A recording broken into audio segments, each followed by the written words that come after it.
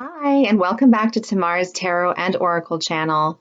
This video is going to be a video response to Brian McCormack's 7 life questions. And I believe he's away on vacation this week, so I'm sure when he gets back, he'll be excited to watch everybody's video responses. These questions really get you thinking, which is what I appreciate. So thank you, Brian.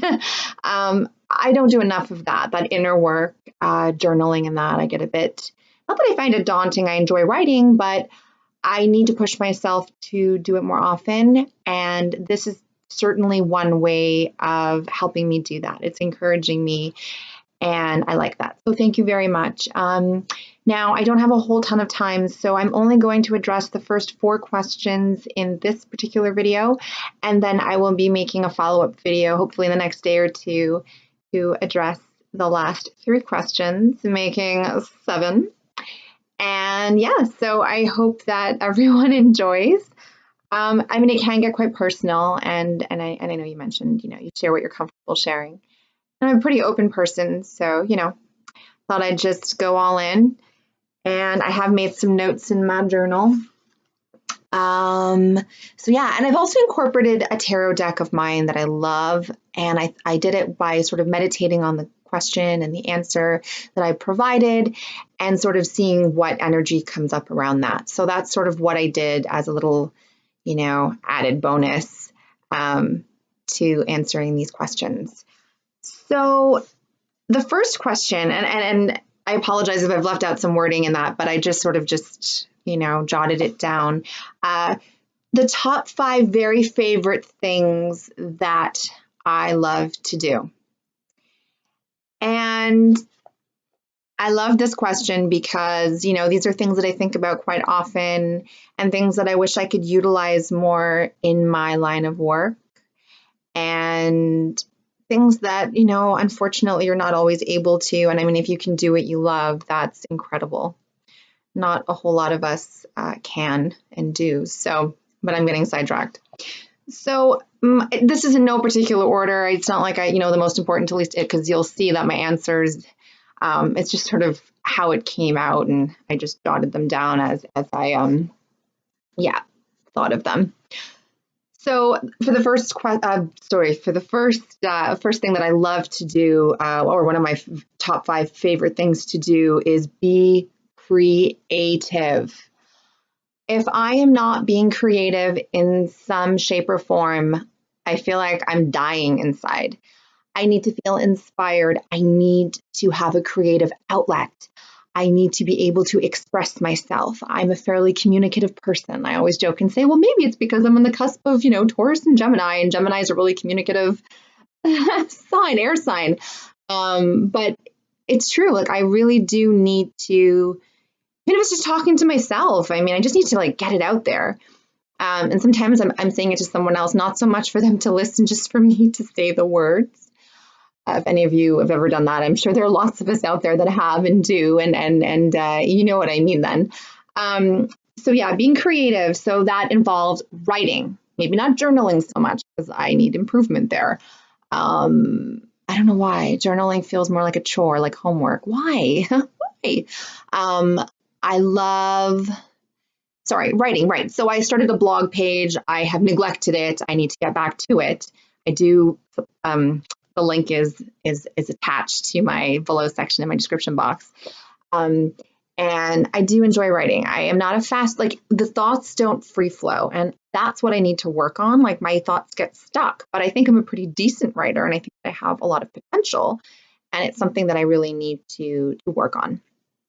And so writing and scrapbooking, I get into my little, these phases, and I haven't had this phase happen in a while, but I was just so immersed in scrapbooking, and I had my, whose wedding was somebody's wedding, and I think my cousin's a couple summers ago, and I just got scrapbooking, and it was just, I went to Michael's and I spent a fortune of money on different kinds of paper and stickers and all kinds of frames, and oh my gosh, I loved it. And I literally lost myself in my own little world. and didn't even get up to go to the washroom. Like that's how, intense it gets at times. It's like, oh my God, I really got to go. And I forget to eat. And because when I'm really passionate about something and excited and I love something so much, I just immerse myself entirely, body, mind, and soul. And I just completely just get lost in my own little world. And it's my happy place. But I believe that answers more of another question further down. So writing, scrapbooking, putting images together on makeplayingcards.com. So I basically create my own tarot decks, more so just to pick visuals that I sort of pick up on the energy of each card, and I take those visuals and put them together based on art that I really like, that I found on public domain, so all over the internet. I've only had a couple decks printed. You know what? I would probably advise you not to, unless it's your own work that you're uploading, or images that have not been duplicated so many times, because when it's public domain, it's been copied. So by the time you get the image, it's low grade quality. And then when you get the printing back, it's hit or miss. So some of the images are a lot clearer and others are not so great, and it costs money and it's not cheap, especially in Canada. Everything's more expensive. It's so annoying. So yeah.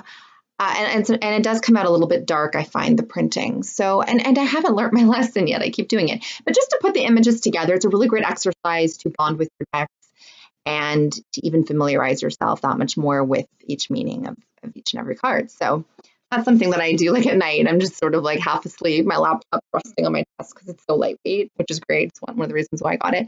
And I'm just, clicking, putting images, sliding them or dragging them, I should say, into their place. And I love it. And if there was somehow I could show you some of the things I've done, it can't, because they haven't been printed off necessarily, but it's just a way to like gaze at the artwork and also say, oh, I'm so proud of myself. I did a good job and I put in so much time and energy and effort. And I wish I was an artist. I wish I could create my own art more than anything. But anyway, that's also answering something else further down. So yeah, being creative, writing, scrapbooking, putting images together. I mentioned, yes, movies. Oh my God, movies. I've had weekends where I've had no life. I've been, antisocial and just watched like series, Netflix series, or, movies or whatever for hours and hours and hours on end, even YouTube. God, I don't know. Sometimes I just fall into this trap of YouTube and I'm like, what? Like 1 a.m. What? I got to get up in 5 hours. What am I doing? And just playing with my tarot cards and listening to, I had to specify ethereal music. I like different kinds of music, but when I'm in my element, I like music that's very haunting and very chilling and it just tugs at my heartstrings. And I mean, such a generic one that just springs to mind is Enya. I think she's beautiful. Oh my gosh. But just that melodic, just haunting, like Celtic kind of, I don't know, I'm very drawn to that. Who knows, maybe in a past life. But I always have been. Okay, moving along. So I'm still on the first question. So that was like the first thing that is my top 5 favorite thing, being creative in some way. Showering. I hope that doesn't sound weird by saying that. And I don't mean it in any kind of seedy way. But showering, I love to shower. I get lost in the shower, and I just mean that I take so long. I mean, I am somewhat of a, what am I trying to say? I am conscientious of the environment and everything, but when I'm in the shower, it's like 20 minutes go by. I'm like, oh my God, I'm still in here. I love to wash my hair. Shampoos, body washes, like aromas, fragrances, feeling fresh and clean. It's like starting anew. I freaking love it. I try to go organic, things that, cruelty free. So I love to go shopping for different products.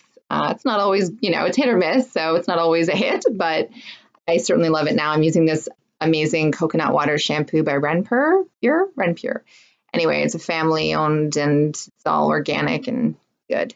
And I get it from Winners. And Winners, it's like on the shelf, whatever there is. And sometimes there isn't a matching conditioner for the shampoo, but there's so many different Winners locations that if I'm so hell-bent on having a particular brand, then if that particular location doesn't have it, I'm off to the next until I have it. I mean, I could order it, but with the weight and everything and the shipping, you know what? It's not that impossible to find more or less what I'm looking for here. So I love to shower or even taking a bath. I love it. burn some incense, have, the window open with a soft breeze coming in.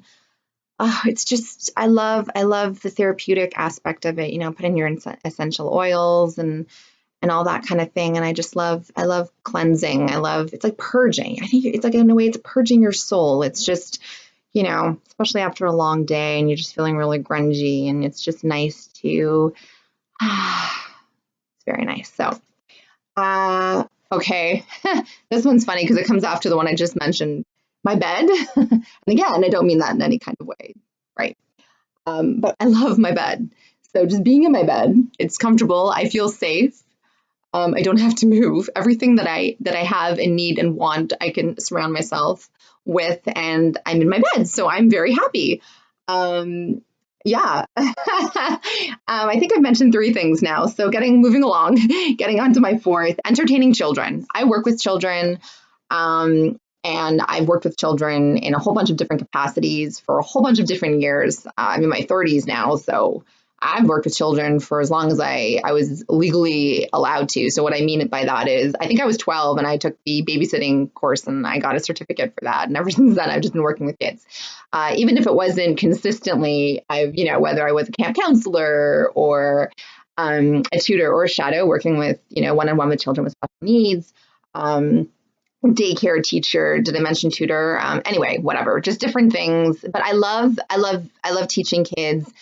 But I love entertaining them, especially the little ones. I'm a real goof, so I'm able to tap into other sides of myself and act like a total dork and not feel judged, because kids don't really judge, except they're like, "What's that on your face?" And you have like this big thing, and it's like, "Oh."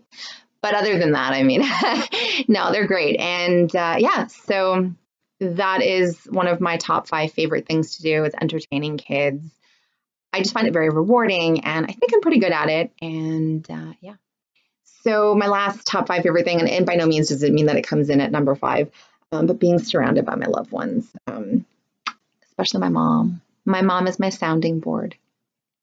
And yeah, I have to say that I'm very lucky. I'm very blessed to have my family around me and to have such a warm and loving and supportive family. I am very blessed, and I was brought up well, and that's another reason why I love working with children, because I want to rub off on them the qualities that I possess and the things that I've been taught, and instill upon them confidence and instill upon them creativity and mindfulness and all these things that are so important, that it's nice to sort of be exposed to it when you're a child, and then hopefully that will evolve into adulthood and manifest in many wonderful ways. So yeah, those are my top 5 very favorite things to do. And it's funny because the second question is actually something I naturally thought about next, and that is identify the connection between these 5 things. Oh my gosh, I forgot to tell you the tarot card that I pulled, because I pulled one for each question that I've done thus far. So let me do that quickly. Sorry, getting back to the top 5 favorite things that I've done, that I enjoy doing. I'm using one of my favorite decks. It sits by my bed, and it is the Tarot of Inspiration. It's of great paintings over the centuries, and I love paintings, fine art, classical paintings, all that kind of thing. So this one really speaks to me, and I thought I'd use this one to draw a card for each question. For that one, I got the Knight of Pentacles. And I wrote a few notes here. Did I? Yes, I did. Enjoys life's pleasures, material comforts. Now, I am a Taurus by heart, so it's very true. We do enjoy our possessions. Is a perfectionist, and I am in a lot of ways. Routine oriented, yes. If my routine is disturbed, I'm like, what do I do? Doesn't mind being in one place. So sometimes that's true. Like, God, it sounds so boring. When it comes to what I enjoy doing, yeah, I can just get lost in it for hours, and down to earth. I mean, I think I'm a pretty down to earth person. So those are just some notes I made on a card that I drew for that first question. Okay. moving along to number 2, identify the connection between these 5 things. So that's the thing that I naturally thought about next. And it's funny because they all involve me spending time with myself. And I am the hermit. I prefer me time to people time. I'm a very energetically sensitive person. So I feed off energy like it's nobody's business. And I've become more so as I get older. I can detect a nasty negative person from a mile away. They just have an aura about them. And I find people very draining. It's funny because kids can be draining, but in a different way. They're exhausting, but they're not negative. I mean, you can get some pretty interesting kids, I'm not going to lie, but for the most part, they're not like negative. They don't bring you down, whereas an adult can. And it's just because I believe our energies, like we're on a different vibrational plane and our energies just don't quite jive. And so I find myself turning inward and I love doing things on my own. Like I am that person. I can totally spend Friday, Saturday, Sunday completely like removed from like everything. I know my friends are there. I know my family's there. I know, my loved ones and all that are there, but I don't have to have them there, right? Like in person there. It's like, oh, I know if they're a call or text away, great. I'm not saying like I'm all alone in that sense. I mean, you can be around people and feel very all alone and very lonely. I just really, really, really enjoy it. I do. I just need things like I had mentioned before, things that feed my soul and things that, are creative for me. Yeah, so I pretty much touched on everything I wanted to say. So the card that I drew for that, this one's quite an interesting depiction. It's the 7 of Swords. Pretty horrific. And I'm thinking, oh my God, what could that mean? So I wrote like unhealthy obsessions. Maybe like if you get too wrapped up in your own little world, that can lead to some kind of unhealthy behaviors. You're kind of cut off from everything and everyone, cut off from reality. That might create obstacles that get in your way that other people are aware of. Maybe you yourself aren't because you're so wrapped up and you're so, right, like immediately immersed and sort of you can't see the forest for the trees and you have like your rose-colored glasses on, that kind of thing. And I put living in a secretive world or secret world, like, it's all about being secretive and kind of doing something underhand. Like, and not that I do anything like that when I'm doing my own thing, but maybe, I'm sabotaging myself in some ways when I could be out there actually living life. I have a good friend who doesn't get any of this, and her husband's like me. And he'd love to like play with his tarot cards and watch movies and everything else. And she's going out there and she's working out and she's active and she's part of life and she doesn't get like how else is there to live? Like that's like the way that she knows. So there's nothing else really makes sense to her. But it's funny that I married somebody who's like complete opposite in that respect. And so when we get together, it's funny. We just kind of, she like looks at us. She's like a ping pong ball, back and forth, back and forth. She's like, oh, you guys are so interesting. What am I doing? Like, I know how to pick them. But yeah. And so let's see, number 3, which personal qualities do others value? Oh, sorry, I totally botched that. Which personal qualities do others recognize value as being a value in their lives? I can't read my writing. You know what it means. So I don't want to sound like I'm tooting my horn, but I feel like people appreciate my, being a genuine individual. I'm honest. I have a good heart, and I'm sensitive. And it's a curse and a blessing because I'm oversensitive, but I'm also sensitive enough that I'm not a nasty person. People sometimes are just naturally nasty, and I have no idea why. Like they just have that mean streak in them. I don't get it. I think I'm funny and comical when you know me. Like when I'm feeling really comfortable around you and everything, like I'm like a total nerd. Yeah, I'm a loving person and I can be very wise at times. Like sometimes I'll say something that blows my family or friends, like their minds. And it's like, oh, Mara, wow. And it's like, I can't take my own advice, but I'm really good at dishing it. So, and I feel like I have a pretty solid emotional intelligence. I'm quite a perceptive and intuitive person. And I get it. And yeah, so I feel like I really do add a level of realness and compassion, I think. Yeah. You'd have to ask everyone else. Like, what are we talking about? So for this one, I got the Page of Swords, which isn't really like very feeling, is it? I don't know. I got like weird things from this. I got like maybe I'm smarter than I give myself credit for. Like, I didn't mention this, but I mean, I feel like I do put myself down, but I wouldn't say that's something that I would, other people would value in me. It could be, someone's, I'm very self-critical. But I look at this guy as like, he's very communicative, but he could be all talk and little action. Sometimes I'm like, yeah, I talk a big game, but now I need to actually follow through. And so because he's the Page and he's such a young energy, he has all these brilliant ideas. They're not really founded on, anything concrete, and he can't really see them through just yet, but he has them. He's precocious. He's, not that I'm precocious, but yeah, like he just has all these ideas and also acknowledges the challenges that perhaps I place on myself, and maybe other people see me differently, or not that my loved ones don't value me for the things that I just mentioned, but maybe they also see the other parts that I need to perhaps pay more attention to so I can address and work on.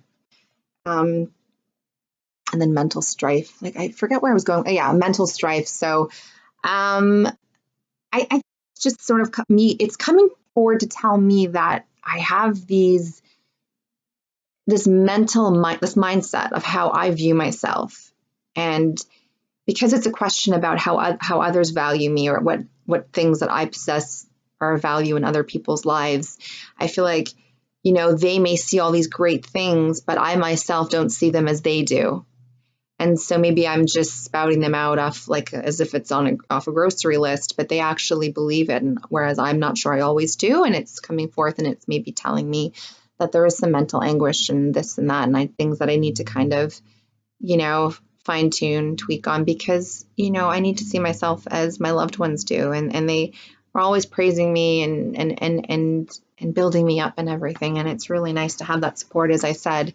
So yeah, I need to do some work with that inner work, and I'm going way over longer than I would have liked. So the last question, number 4, I'm going to leave it at that for today and then come back with the remaining 3. Where do you think the world needs more support? And activities, tools, perspectives that may provide that support. So I feel quite passionate about children with exceptionalities. I work in the daycare system, childcare. I work in various fields, but really all concerning children. And there are a lot of children with autism, children with Down syndrome, cerebral palsy, various exceptionalities. And because, it's all about inclusivity, whereas growing up, it wasn't so much for the older generations. Everybody's involved, everybody's included, which is great. Why should anybody be left out? Of course not. But here's the problem. There isn't enough support staff. And that's simply because there isn't enough money. And we need to find a way to provide the funds in order to make this possible. Now, not everybody believes in a child with exceptionalities to have one-on-one, so I call it one-on-one support. Some people scoff at that. Everyone's entitled to their opinion. But I disagree. I do not think it's a waste of money. You're not enabling the child. You are allowing the child to live to their full potential, and you are allowing the child to get the most out of everything. And at the same time, allowing caregivers and that to do their job to the best of their abilities so that they may be there for the other children who they can't be there for as much if a child with exceptionalities is taking up all their time, energy, and effort. Because then that isn't fair to the child with exceptionalities, the children remaining, the caregivers, and everybody involved. And it's a lose, lose, lose, lose situation. Unfortunately, for child's, I don't want to say disabilities, we call them exceptionalities. I feel that if they are not severe enough, and what I mean by that is, they're not in a wheelchair, unable to feed themselves, they basically slip through the cracks because they might get like 40 hours a week of funding. What is 40 hours a week? 40 hours a week. A month or something. I'm not sure, but what I'm getting at is that it's not a lot, and that there may be, a couple times a week, a little bit in the mornings, there might be someone there for them. But what about the rest of the time? That's what I'm trying to allude to. And it's really shitty. It's really shitty. And I've seen it firsthand. I've seen these really bright kids who are not able to tap into their full potential and to get out of them their abilities, things that they, in the way that and it's because they don't have that one-on-one support. And that is somebody who's going to engage them, keep them engaged, and have them be a part, and not necessarily be on top of them, breathing down their neck all the time. No, it's also about stepping back and taking, that breather and allowing them the chance to shine. There's so much about it, and I've already, and you can tell, I feel quite strongly about it, and the world definitely needs more support in this realm. These are the children of the future, and there are so many incredible children out there who are able to do more than we give them credit for. And I'm not saying that we're people are against it necessarily. If there's no money, it's tough. And the thing with daycares is that, they just put a lot of high expectations, and it's hard to deliver. It's really hard because I'm sorry, not daycares, but like ministry, and there's a lot that's expected of you, but very little given in return. And that's a conversation for a whole other time. I feel like, activities, not every child with exceptionality is able to do everything in the way that everybody else is, but they could still be there, and they could still engage in some way. But it's so nice when there's someone there looking out for them, not to be codependent, not for them to be used to that person and then kind of feel less significant or less confident when that person's not there. There is a way to do it. There is an art to it. That's why there are people that study ABA therapy and all kinds of different training and all that kind of thing that really gets it to the point where they are the right fit. I've worked with special needs children over the years, and I haven't been the right fit for all of them because I am an emotional person, and, some kids, and even without exceptionalities, not every child is going to be the right fit for you. So you just have to be honest about that and tell the parents, I don't think that this is the right fit because I want to give them the best that they deserve. And if I don't feel like I can provide that, then I'm going to be honest about that. And so anyway, I just, the tools would be, like money. I don't know. It's just, we have to find a way. Perspectives. Everybody has different perspectives on this. They think, it's a waste of time to have that. It's, there's one child in particular who is very active, very physical, and very bright. He knows what he's doing. He knows what's going on. He knows. He's just not able to articulate, and he's not able to self-regulate. And with someone there, they're able to keep him engaged, keep him doing things that are physical, that really challenge his mind, that keep him out of trouble, keep him out of hurting other children, keep him out of all these kind of unhealthy situations by doing things that really tap into his potential. And, there was somebody that was there doing something for a little bit, and then she left, and I took over, and that was fine. But it's hard because then there's other kids as well that are all very veering for your attention, but you don't want him to go off and start going down that downward spiral because he's not being mentally stimulated. So, it's a lot of sensory, a lot of things. So anyway, I'm going off again. The card that I pulled for this is the Eight of Pentacles, and I feel like that's about honing in on your craft and really perfecting. And I think that's about honing in on the situation and perfecting it in a way that allows children with these exceptionalities to have a better chance, and not just daycares or other, childcare facilities just accepting, and then, not having the proper quality care that I would expect as a parent if I had a child with exceptionalities. So I'm going to leave it on that note. I got kind of serious there. I just believe every child deserves a fair chance, and they need the right tools need to be put in place in order for that to be possible. So yes, thank you so much for watching Tamara's Tarot and Oracle channel. This is a video response to Brian McCormack's 7 questions, life questions, and I'm excited to finish this off when I get a chance. I hope you're having a fabulous time wherever you are. Thank you so much for watching. Please like if you do, subscribe, and I will see everybody very soon.